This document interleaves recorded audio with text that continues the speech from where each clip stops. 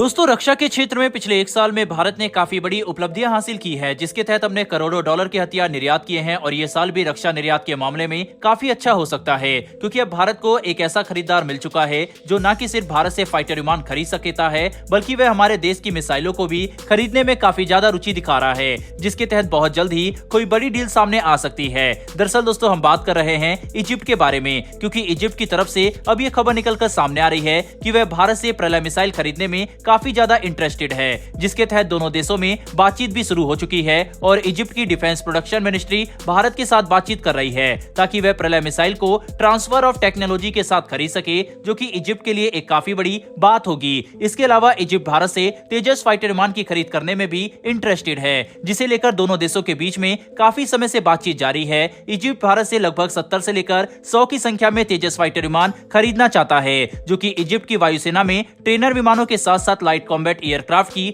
भूमिका निभाएंगे, जिसके लिए तेजस को डिजाइन किया गया है। और अगर इजिप्ट के साथ ये दोनों डिफेंस डील साइन हो जाती है तो ये इतिहास में भारत द्वारा की गई सबसे बड़ी डिफेंस डील होगी। हालांकि तेजस को कड़ी टक्कर मिल रही है कोरियन फाइटर विमान से। अब ये देखना काफी दिलचस्प होगा कि इजिप्ट किसके साथ जाता है। वहीं पर अभी भी तेजस इस डील में बना हुआ है। साथ ही इसे संभव बनाने के लिए भारत और इजिप्ट के बीच में डिप्लोमेटिक एंगेजमेंट काफी तेजी से बढ़ाई जा रही है, जिसके तहत दोनों देशों के डिप्लोमेट्स और मिनिस्टर्स आपस में बातचीत कर रहे हैं ताकि इस डील और दोनों देश अपने द्विपक्षीय संबंधों को तेजी से मजबूत बना सके। जिसके तहत कुछ समय पहले ही हमने भारत की तरफ से इजिप्ट में काफी हाई लेवल विजिट को देखा, जिसने इन डीलों की बातचीत को आगे बढ़ाने में एक महत्वपूर्ण भूमिका निभाई। इसके अलावा भारत ने इजिप्ट के राष्ट्रपति को गणतंत्र दिवस के मौके पर चीफ गेस्ट के तौर पर भी आमंत्रित किया है, जो कि एक काफी बड़ी बात है। इजिप्ट भी भारत की तरफ से इस सम्मान को पाकर काफी खुश है और वह ये बात समझ चुका है कि अगर भारत के साथ अपने संबंधों को विकसित किया जाए तो भारत इजिप्ट को एक काफी महत्वपूर्ण देश का दर्जा देगा, जो कि अंतर्राष्ट्रीय स्तर पर इजिप्ट की कूटनीति को मजबूत करने में काफी अच्छा साबित होगा। वहीं पर अगर बात करें प्रलय मिसाइल के बारे में, तो ये भारत द्वारा विकसित की गई एक surface to surface tactical ballistic missile है, जिसका इस्तेमाल दुश्मन के खास मिलिट्री टारगेट को तबाह करने के लिए किया जाता है।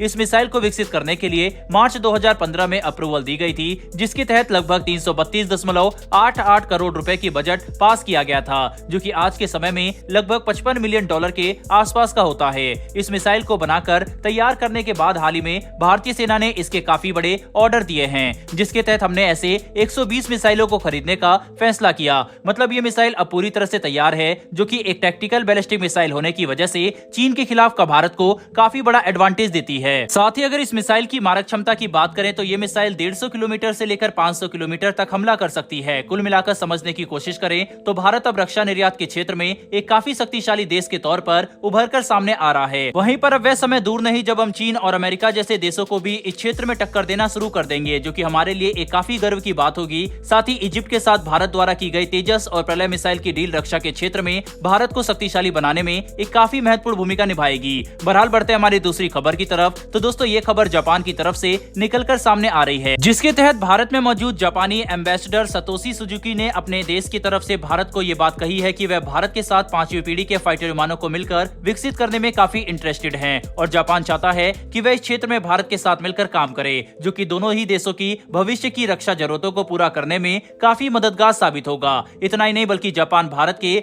आत्मनिर्भर भारत प्रोग्राम के तहत जुड़कर काम भी करना चाहता है, जिसके तहत वह कई रक्षा उपकरणों की डेवलपमेंट, मैन्युफैक्चरिंग और मेंटेनेंस को लेकर भारत के साथ मिलकर काम करने के लिए पूरी तरह से तैयार है, जिसमें जापान 5वीं पीढ़ी के फाइटर विमान, नेक्स्ट जनरेशन वॉरशिप और सबमरीन को मुख्य मानकर आगे बढ़ रहा है। जिसके तहत हाल ही में जापान, ब्रिटेन और इटली ने भारत को अपने GCAP फाइटर प्रोग्राम में जुड़ने का भी ऑफर दिया था। GCAP यानी ग्लोबल कॉम्बैट एयर प्रोग्राम एक 5वीं पीढ़ी का फाइटर विमान है, जिसे विकसित करने के लिए जापान, ब्रिटेन और इटली एक साथ आ चुके हैं और ये दोनों देश चाहते हैं कि भारत भी इनके साथ मिलकर काम करे, जिसके तहत ये देश भारत को इस फाइटर विमान की टेक्नोलॉजी साझा करने के लिए भी तैयार हैं। वहीं पर कुल मिलाकर देखा जाए तो अब ये फैसला भारत का होगा कि हम जापान, ब्रिटेन और इटली के साथ मिलकर काम करेंगे या फिर सिर्फ जापान के साथ अपनी रक्षा साझेदारी को आगे बढ़ाएंगे। वैसे दोस्तों, आपको क्या लगता है कि क्या भारत को जापान के साथ मिलकर 5वीं पीढ़ी के फाइटर विमानों को विकसित करने के लिए साझेदारी करनी चाहिए या फिर नहीं? आप इसके बारे में क्या सोचते हैं? अपनी राय कमेंट बॉक्स में लिखकर जरूर बताइएगा। साथ ही अगर आपको ये इन्फॉर्मेशन और वीडियो पसंद आई हो तो वीडियो को लाइक करके